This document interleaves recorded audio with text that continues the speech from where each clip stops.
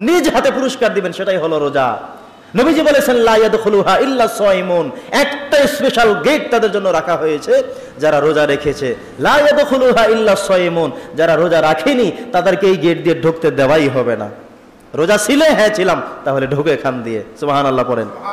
আমাদের সমাজে কিছু মুরব্বীরাও এমন আছে, কিছু যুবক ভাইয়েরাও এমন আছে, রোজার দিনেও বাহানা করি আমরা রোজা রাখি না, বলি আমার কি অভাব আছে নাকি? আরে ভাই, অভাবের সাথে রোজার সাথে সম্পর্ক না, অভাবের সাথে আর রোজার সাথে সম্পর্ক না। রোজার সবচাইতে বড় শিক্ষা হলো একজন অসহায় মানুষ, গরিব মানুষ, মিসকিন মানুষ, রিকশাওয়ালা, মজুর, তারা কত কষ্ট করে সারাদিন না খেয়ে থাকেন, কত কষ্ট তারা করেন, সেটাকে অবজার্ভ করার জন্য, সেটা বোঝার জন্য, সেটা অনুধাবন করার জন্য, সেটাকে হৃদয় অঙ্গম করার জন্য এই সিয়াম সাধনাকে আল্লাহ 1 মাস বাধ্য করে দিয়েছেন। সুবহানাল্লাহ।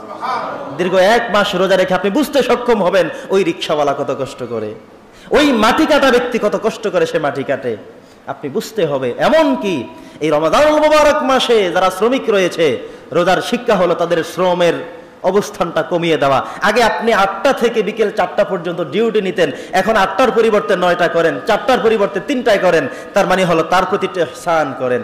কে বলেছেন? কথা বলেন, এটা শিখিয়েছেন কে?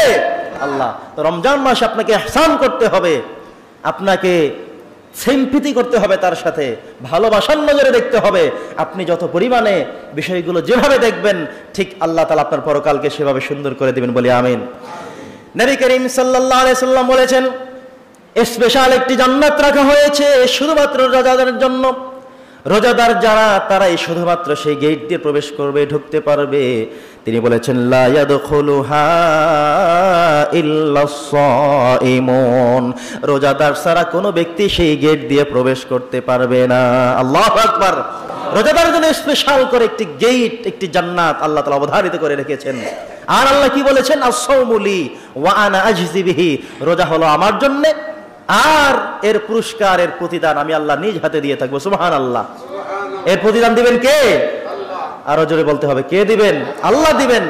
রোজাদারের পুরস্কারটা কেমন? স্বয়ং আল্লাহ তাআলা নিজ কুদরতি হাতে দিবেন, নিজ হাতে দিবেন।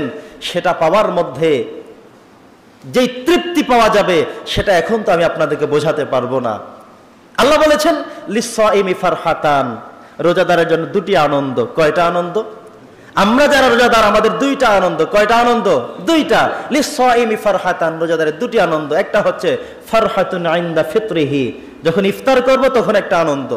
ওয়া ফারহাতুন ইনদা লিকাই রাব্বিহি, আরেকটি আনন্দ হচ্ছে যখন আমরা আল্লাহর সাথে সাক্ষাৎ করে হাতে হাতে পুরস্কার নেব, সেটা হলো আরেকটি ভালো লাগার বিষয়। আলহামদুলিল্লাহ। জীবনের সবচেয়ে আনন্দের বিষয় হলো 2টি, স্বয়ং আল্লাহ ঘোষণা করেছেন।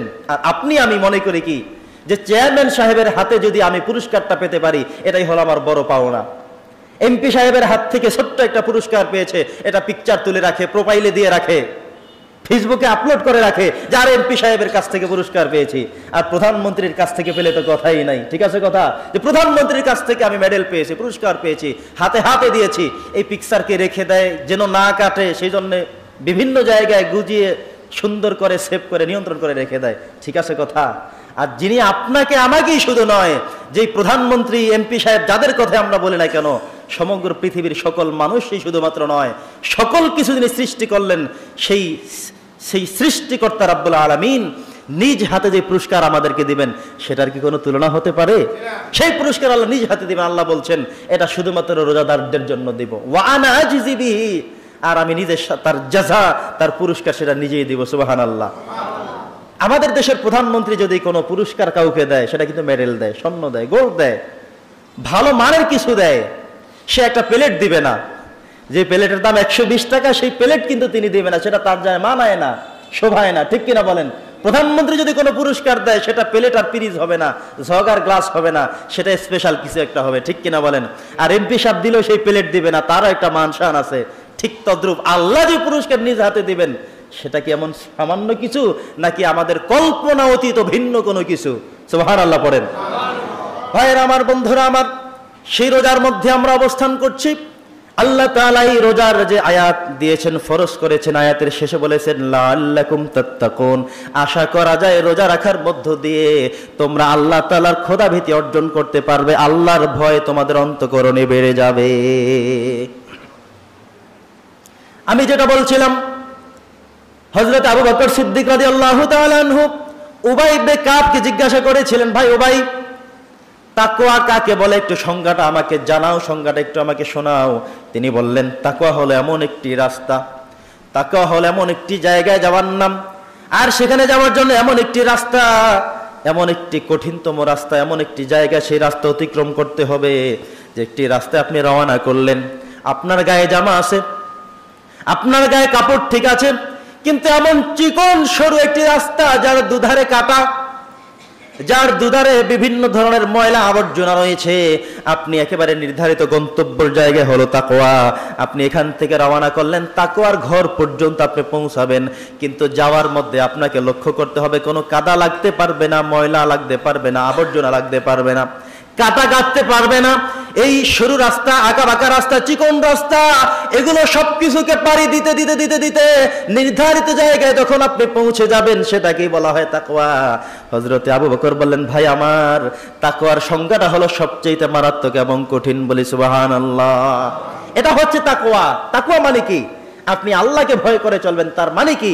আপনি রওনা শুরু করলেন, আপনার চোখের সামনে রাস্তার মধ্যে একটা টাকার ভান্ডিল পড়ে আছে, আপনার তাকওয়াই বলবে এটাকে আপনি উঠালেও এটা কার, তাদেরকে খুঁজে সেই নির্ধারিত মালিককে পৌঁছে দিতে হবে। এটা হলো তাকওয়া। সুবহানাল্লাহ পড়েন।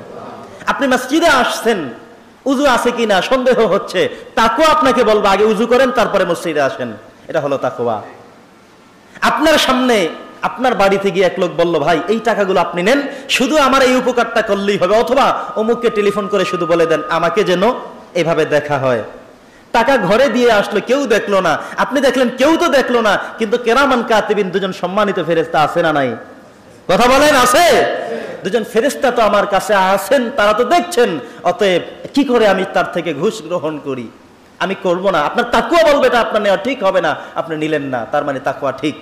এই যে কত লোভ, কত লালসা, কত কিছু প্রলোভন আপনাকে দেখানো হচ্ছে এবং হবে, এই সবগুলোকে উপেক্ষা করে করে করে করে আপনার চোখের সামনে হঠাৎ করে একজন বেপরদেগী মহিলা চলে আসলো, আপনি ফেসবুক চালাচ্ছেন, হঠাৎ করে একটি খারাপ পিকচার চলে আসলো, আপনি সবগুলোকে ওভারকাম করে করে করে করে চলছেন, অর্থাৎ আপনার প্রলোভন, আপনার লোভ, আপনার লালসা সবকিছু আপনার চোখের সামনে এসে ধরা দিচ্ছে, আপনি সবগুলোকে ওভারকাম করে ফেসবুক থেকে, ইউটিউব থেকে, চলার পথের থেকে, টাকা পয়সা থেকে, সবকিছু থেকে আপনাকে নিয়ন্ত্রণ করে, হেফাজত করে আপনি আপনার গন্তব্যের দিকে পৌঁছতেছেন, নির্ধারিত সময় ইন্তেকাল করেছেন, সাথে সাথে আপনি আল্লাহর জান্নাতের মেহমান হয়ে যাবেন। সুবহানাল্লাহ।